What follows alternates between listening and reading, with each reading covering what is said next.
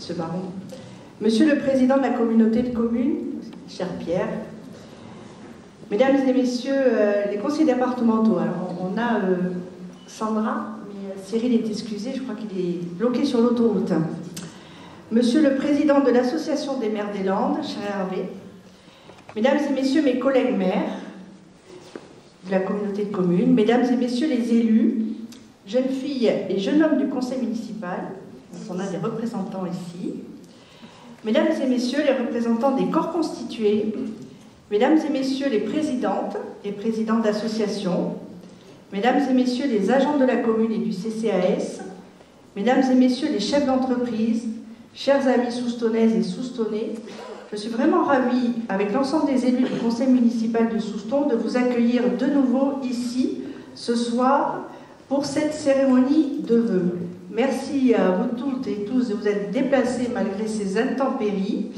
Et puis c'est une cérémonie de vœux un peu particulière parce que derrière moi, il y a un bon nombre d'élus qui ont été élus pour la première fois en 2020 et ils vont vivre aussi leur première cérémonie de vœux, 3 ans après. Alors avant de vous adresser quelques mots pour revivre ensemble ce qui a marqué notre ville en 2022 et dresser les perspectives pour les années futures, je vous propose une petite balade virtuelle de notre ville au travers d'un film que nous avons fait réaliser au sortir de la pandémie, dont on avait besoin d'énergie, pour nous rappeler ce qui nous unit et comme il fait bon vivre à Souston.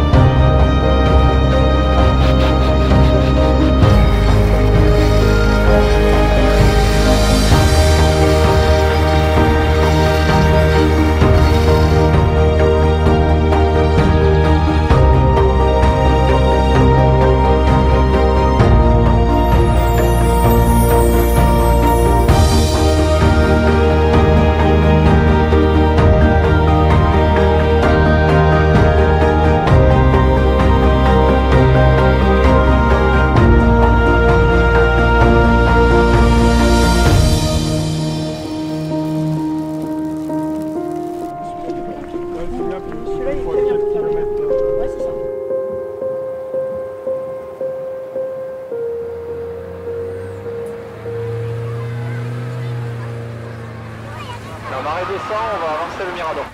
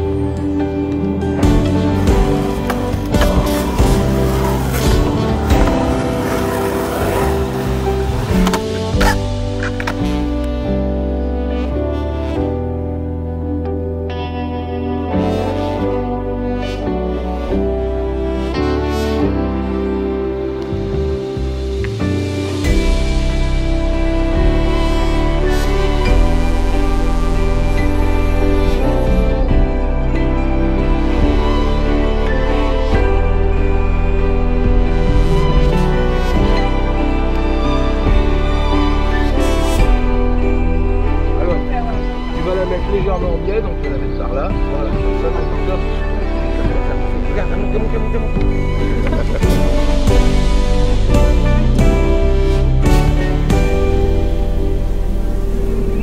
Viens là-bas. Eh bien, va Rachel, va.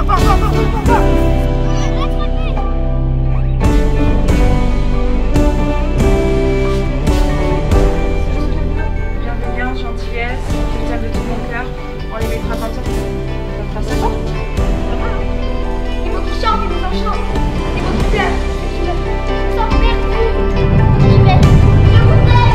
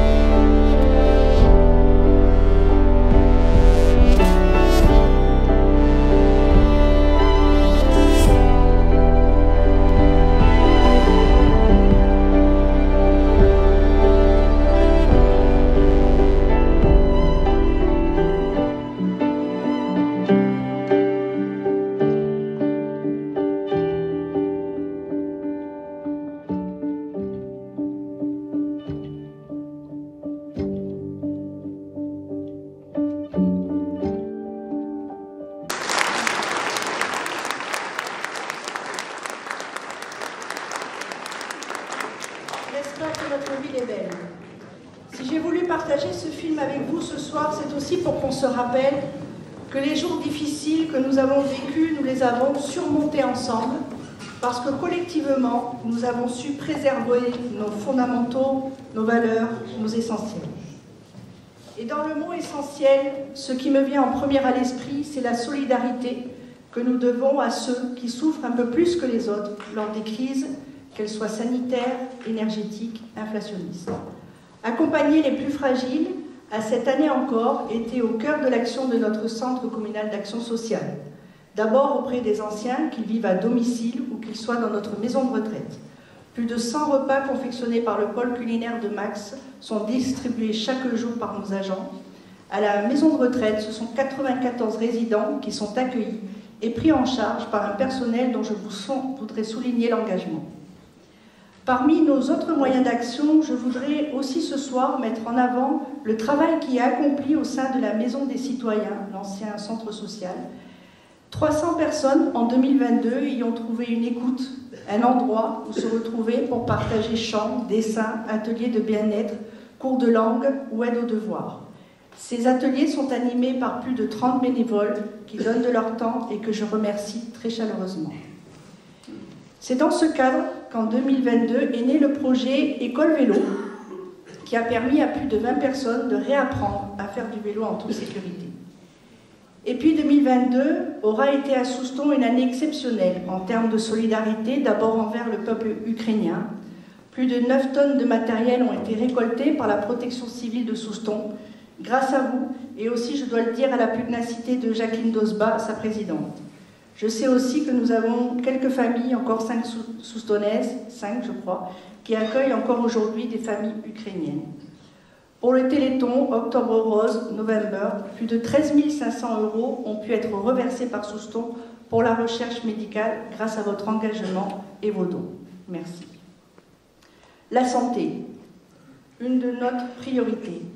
Le centre de vaccination que nous avions mis en place avec l'ARS, les médecins, les professionnels de santé, les bénévoles aussi, on l'oublie vite, mais a fonctionné jusqu'en mars 2022 et a permis 42 000 injections.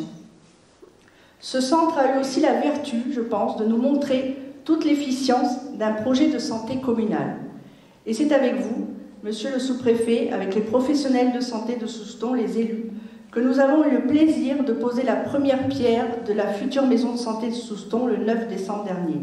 Les travaux, vous l'avez vu, ont commencé et j'ai bien entendu M. Dariès, notre architecte, nous affirmer que son inauguration pourrait être programmée dans un an. Cette maison de santé va non seulement accueillir l'ensemble des médecins généralistes de Souston, mais aussi les infirmières, orthophonistes. Et nous le souhaitons tous de nouveaux spécialistes. D'ailleurs, Pierre, j'en profite, puisque j'ai vu que les autres maires ont profité pendant leur vœu aussi. Où est-ce qu'il est, Pierre? Il se planque. Puisque tu es là, n'oublie pas que nous devons prendre rendez-vous avec le nouveau directeur de l'ARS départementale pour étudier comment on peut rééquilibrer l'offre de spécialistes sur notre communauté de communes en la renforçant sur notre canton. Agir pour la population depuis la naissance, vous l'avez vu dans le film, jusqu'à la fin de vie, est au cœur de nos préoccupations et nous nous efforçons tout au long de l'année de proposer à toutes les générations des animations, des manifestations, qu'elles soient culturelles ou sportives, on en a vu dans le film. Je ne reviendrai pas sur toutes, juste dire que nous avons franchi les 4000 inscrits à la médiathèque et que la fête du sport a réuni en juin 60 familles. Mais je vais rappeler quelques investissements phares qui ont été réalisés en 2022. D'abord, le réaménagement de l'espace jeune à la rentrée 2022, qui a intégré dans des bâtiments entièrement rénovés et agencés en fonction de leurs activités, le cœur de la plaine de l'île Verte, qui je crois est vraiment l'épicentre de la vie de nos 6-18 ans. Les travaux à l'école maternelle Jean Sousse, pensés en concertation avec les parents d'élèves et les enseignants, se poursuivent et devraient s'achever pour la rentrée de septembre. À l'école de l'île Verte, la totalité de l'éclairage a été modifiée et l'ensemble des stores ont été changés. À la crèche, les espaces verts et jardins ont été repensés. Du côté du pôle enfance, jeunesse et sport, qui abrite non seulement l'accueil de loisirs des 6-11 ans, mais le guichet unique dédié aux familles, vous l'avez vu, la réfection totale des peintures des façades a été engagée en fin d'année. Et puis, et surtout, ce soir, j'ai le plaisir de vous annoncer qu'après plus de 3 ans de travaux, la maison de retraite a fait peau neuve. Nous avons la semaine dernière passé la dernière étape avec succès, à savoir la commission de sécurité, et nous allons pouvoir dans les prochaines semaines organiser avec le département, avec l'État, avec les résidents, avec les familles, avec le personnel, son inauguration. Là aussi, je le disais, ça n'a pas été facile, ni pour les équipes, ni pour les familles, ni pour les résidents, d'avoir à gérer ces travaux en pleine pandémie et en site occupé. J'arrive à la fin de cette rétrospective des animations et des investissements dans ce sens-là. Vous allez me dire, Madame le maire, dans vos fondamentaux, vos essentiels, vous oubliez nos fêtes. Alors, non seulement je ne les oublie pas, mais je les gardais pour la fin, parce que, plus qu'essentielles, je crois qu'elles font partie de notre ADN, et je le sais, on se souviendra pendant longtemps, avec délectation, de nos fêtes retrouvées en 2022. Elles nous ont paru encore plus belles, je pense qu'elles l'ont été. On en avait vécu les prémices d'ailleurs au printemps, avec la première édition de la fête du printemps. Et notre cycle de festivités tout au long de l'année s'est aussi terminé le 17 décembre, sous un beau feu d'artifice, dont je sais que vous avez été nombreux à apprécier en famille. La fête a failli être plus que magnifique le 18, je le sais, à la salle Anost avec la finale de la Coupe du Monde, mais je crois que l'ambiance est aussi au rendez-vous. En tout cas, tout ça pour vous dire que ça nous a fait tous du bien de nous retrouver cette année sur ces événements, comme il a été bon de retrouver une saison culturelle pleine et entière.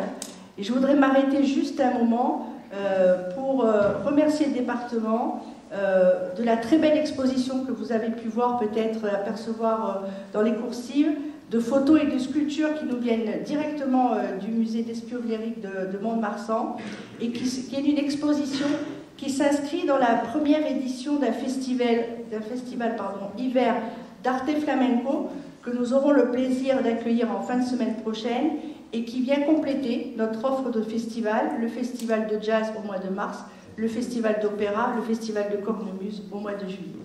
Donc je referme là la parenthèse pour dire aussi que cette année a aussi été celle de la renaissance, je crois, de toutes nos saisons sportives, pleines et entières dans nos clubs et associations. Une réouverture aussi pleine et entière de notre centre de préparation aux Jeux Olympiques qui a accueilli en 2022 pas moins de 5 clubs du top 14 en rugby, les équipes de France de judo, aviron et rugby à 7, l'équipe de handball du Racing 92, pour ne citer que celle-là. Nos fondamentaux réaffirmés, nous avons aussi quotidiennement eu à répondre aux enjeux qui sont les nôtres. J'en vois deux incontournables. Le premier, c'est le logement pour tous. Et pour cela, mettre tout en œuvre pour que, quels que soient ses revenus, sa situation familiale, il soit encore possible de se loger chez nous. Comme vous, je suis préoccupée par l'évolution des prix de vente sur notre commune, comme d'ailleurs, je pense, l'ensemble des maires de la communauté de communes ici présents. Tout, évidemment, n'est pas entre les mains d'un maire, mais nous avons quelques outils à notre disposition, notamment en imposant aux opérateurs un pourcentage de logements locatifs sociaux et de logements en accession sociale à la propriété. Ce pourcentage, nous l'avons porté, insistons, à 40%. Ces outils, nous les partageons aussi avec le département et la communauté de communes. Ainsi, en 2023, pour exemple, sur les opérations du Grand Barat ou de l'avenue de Quina, ce sont 90 familles qui vont pouvoir bénéficier de ces dispositifs d'accès au logement. 56 familles vont pouvoir aménager dans un logement en locatif social. 34 familles, quant à elles, vont pouvoir accéder à la propriété sur notre commune via le dispositif d'accession sociale à la propriété. Le second enjeu, c'est de répondre au mieux, à notre échelle, au dérèglement climatique et à la crise énergétique. Voilà quelques années maintenant que nous agissons pour une transition écologique positive. Le potentiel exceptionnel de notre patrimoine naturel qui fait notre particularité et notre richesse, nous avons largement vu dans le film, nous pousse d'ailleurs à aller en ce sens. Épisode de sécheresse cet été, pluie diluvienne aujourd'hui, il nous a semblé important d'avoir un schéma directeur de gestion des eaux pluviales et un observatoire de l'état et les variations de nos nappes phréatiques. Pour cela, nous avons, vous le savez, réalisé une première étude hydraulique. Nous sommes en train de la compléter par une étude hydrologique qui devrait nous prendre au moins 1 an. Mais le premier moyen d'agir pour le climat, c'est bien de conforter nos espaces naturels. J'y vois aussi notre vertu, celle de préserver notre cadre de vie. Nous le faisons en tant que propriétaires de plus de 1500 hectares de forêts cultivées, en favorisant une gestion durable du massif. C'est ce que nous travaillons avec l'ONF et la région. Vous savez, je suis conseillère régionale. Il se trouve que je partage un intérêt commun avec Alain Rousset. Il s'agit de la préservation des chênes lièges sur nos massifs. Je nous ai lancé un défi, arriver à créer sur notre territoire une charte de protection des chênes lièges. Non seulement parce qu'ils font partie de notre histoire patrimoniale et économique, mais parce qu'ils ont aussi une autre vertu, c'est d'être des remparts à la propagation des feux de forêt. En attendant, vous l'avez vu, depuis le mois de novembre, nous accueillons sur la commune une bergère et ses 170 brebis solognottes et expérimentons un entretien naturel de nos parcelles. Les premiers retours sont bons. Autre moyen d'agir, c'est aussi faire en sorte de faire entrer la nature dans notre centre-ville, en créant des îlots de fraîcheur, et pour cela continuer à y planter des arbres ou en végétalisant le plus possible nos espaces. L'aménagement du parking à Noces, délivré en janvier 2022, en est un exemple. La finalisation de l'aménagement paysager situé derrière le collège en est une autre. L'objectif est le même à Souston-Plage, avec les travaux d'aménagement de l'espace situé entre le lac Marin et la montée de la plage Océane. Ces travaux, vous l'avez peut-être vu, ont débuté au mois d'octobre et comprennent en grande partie la renaturation de ce site, où l'on pourra dès cet été pique-niquer en famille. Elle comprend aussi la réfection des pistes cyclables, la rénovation de la passerelle existante et la création d'une nouvelle, ainsi que la création d'une aire de jeu en bois sur la plage et la rénovation de la place du commerce. J'en profite pour vous dire, si vous avez des amis camping-caristes, qu'une nouvelle aire de camping-car va ouvrir au camping L'Érial en remplacement de celle de Souston-Plage.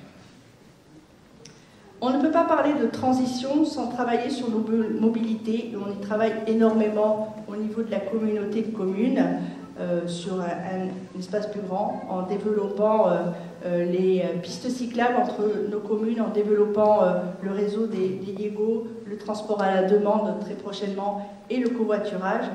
Mais à notre niveau, à Souston, nous pouvons œuvrer pour que plus d'aménagements nous permettent, quand cela est possible, de laisser notre voiture au garage pour parcourir de petits trajets au profit de la marche ou du vélo. Je vous l'accorde, peut-être pas aujourd'hui.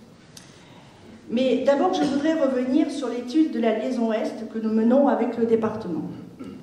Si lors de la réunion publique et des ateliers qui ont suivi, tout le monde, ou presque tout le monde, s'est accordé sur la nécessité de sécuriser les déplacements allant du nord au sud de notre commune et permettre une connexion avec le rond-point dit des Sucettes, mais aussi de la nécessité de décongestionner et apaiser l'ensemble du centre-ville et notamment la rue du Vicomte, nous avons aussi entendu les inquiétudes qui ont été exprimées. Ce que je veux vous dire ce soir, c'est que non seulement aucune décision n'est prise, mais que nous allons prendre notre temps avec le département, avec le cabinet d'études, de réexaminer tout ceci. Et comme demandé par les participants aux ateliers, nous allons en effet procéder à de nouveaux comptages en mars et en été. En parallèle, et pour des aménagements qui sont ceux-là plus à court terme, avec la communauté de communes, nous allons vous solliciter pour voir de quelle manière nous pourrions améliorer nos itinéraires cyclables et piétons depuis les quartiers. Et je dois vous dire que je suis ravie de voir des personnes qui habitent les lotissements aux abords de la route de Saint-Jean-de-Marennes emprunter le nouvel aménagement piéton que nous avons réalisé pour se rendre à pied au centre-ville. La seconde tranche, d'ailleurs, est prévue pour cette année.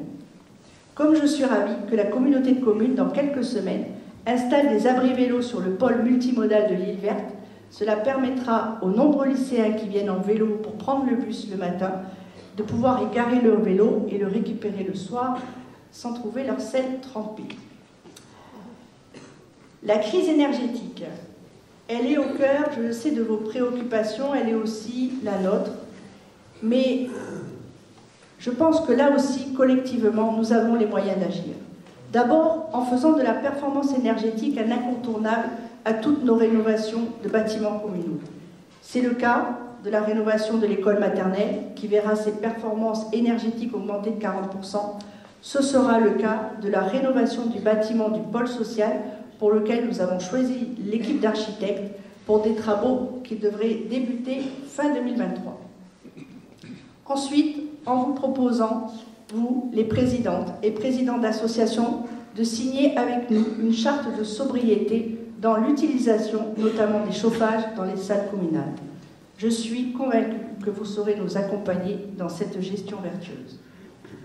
Sur l'éclairage public, qui pèse à hauteur de 30% dans notre facture d'électricité, vous l'avez constaté, nous avons généralisé leur extinction entre 23h et 6h du matin, sauf par mesure de sécurité sur les grands axes et quelques rues du centre-ville. Ces mesures sont bien évidemment assorties d'un plan de modernisation de l'éclairage public que nous programmons chaque année avec le SIDEC. Pour clore le chapitre des transitions, je l'ai promis au président du SITCOM ici présent, le tri des déchets est une affaire de tous et pour vous faciliter la tâche, n'oubliez pas de vous rendre à la déchetterie pour y retirer votre kit de tri. Alors, quel grand projet pour 2023 et les années suivantes? J'en ai cité quelques-uns, la maison de santé, la fin de la rénovation de l'école maternelle et le début du chantier de rénovation du pôle social. Mais ce n'est pas tout.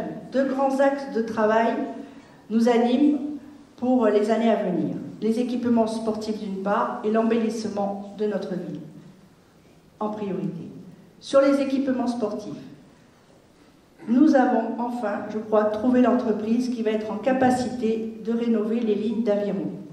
Cela a été compliqué, c'est un chantier difficile, mais très attendu de notre club et des équipes internationales. Aux abords du tennis, nous travaillons pour y installer du padel tennis. Rénovation non seulement patrimoniale et sportive, nous avons en 2022 réalisé des études préalables pour la rénovation du stade Rémi-Goalard. Ses tribunes, ses vestiaires, ses espaces conviviaux. Nous allons dans les prochaines semaines choisir l'équipe d'architectes.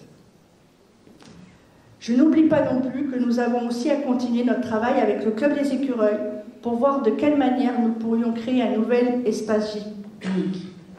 Alors, mesdames et messieurs les conseillers départementaux, monsieur le président de la communauté de communes, je vous en ai parlé, nous allons nous réunir très prochainement parce qu'il est très important que vous puissiez nous accompagner là aussi sur ce projet, parce que ce club a une audience qui dépasse très très largement le cadre de Souston et même de son canton. En termes d'aménagement de notre ville, trois grands projets. D'abord l'avenue du Maréchal de Lattre de Tassigny, avenue d'entrée de ville, elle mérite qu'on s'y penche. Il s'agira bien évidemment de reprendre la voie roulante, mais aussi d'augmenter ses capacités de stationnement minute, notamment à proximité immédiate des commerces, et d'y créer des trottoirs confortables tout le long. Nous avons là aussi entrepris de premières études. Les plans d'aménagement vont être finalisés cette année et je remercie ce soir les propriétaires qui nous ont déjà donné leur accord pour nous concéder une bande de leur terrain. Deux autres projets nous tiennent à cœur et je pense à vous aussi. Celui de l'aménagement de la place des Arènes et du parc de la Pandelle. Avec les élus de mon équipe, nous avons fait un premier tour de table pour partager nos envies de ce que pourraient être ces futurs aménagements. Je vous le dis en avant-première, ce qui trotte dans nos têtes, c'est d'y créer, sur la place du marché, une halle couverte pour accueillir en tout temps les commerçants ambulants et vous-même, pour y accueillir aussi les TIAP pendant les fêtes, aménager le dessous des arènes pour créer un nouvel espace de billetterie pour le comité des fêtes et des associations, et des espaces clos éphémères, aménager un parking végétalisé devant la salle Roger Hanin, tout en laissant la possibilité aux forains de s'y installer pendant les fêtes. Sur le parc de la Pandelle, lieu de vie musicale, avec l'antenne du Conservatoire des Landes, le festival de cornemuse, lieu de jeu pour les enfants, îlot de fraîcheur en plein été, que pensez-vous d'y planter encore plus d'arbres et d'y construire un kiosque à musique qui pourrait accueillir l'été des concerts de l'harmonie, Monsieur Barsac, je vous ai repéré dans la salle. C'est l'heure. Je vais finir là pour ce soir, mais sachez que les envies de vos élus sont toujours aussi vives et que nous avons, pour porter tous ces projets, une équipe d'agents communaux passionnés et que je remercie très sincèrement. Je voudrais aussi, de la part de tous les élus, vous remercier, chers amis soustonnaises et soustonnais, et en particulier tous les bénévoles, pour tous ces moments de partage que nous vivons. Et je vous souhaite, ainsi qu'à vos familles, une très très belle année 2023, qu'elle vous garde en bonne santé, qu'elle vous permette de vous accomplir et que nous la vivions ensemble avec optimisme et espoir. Merci de votre écoute.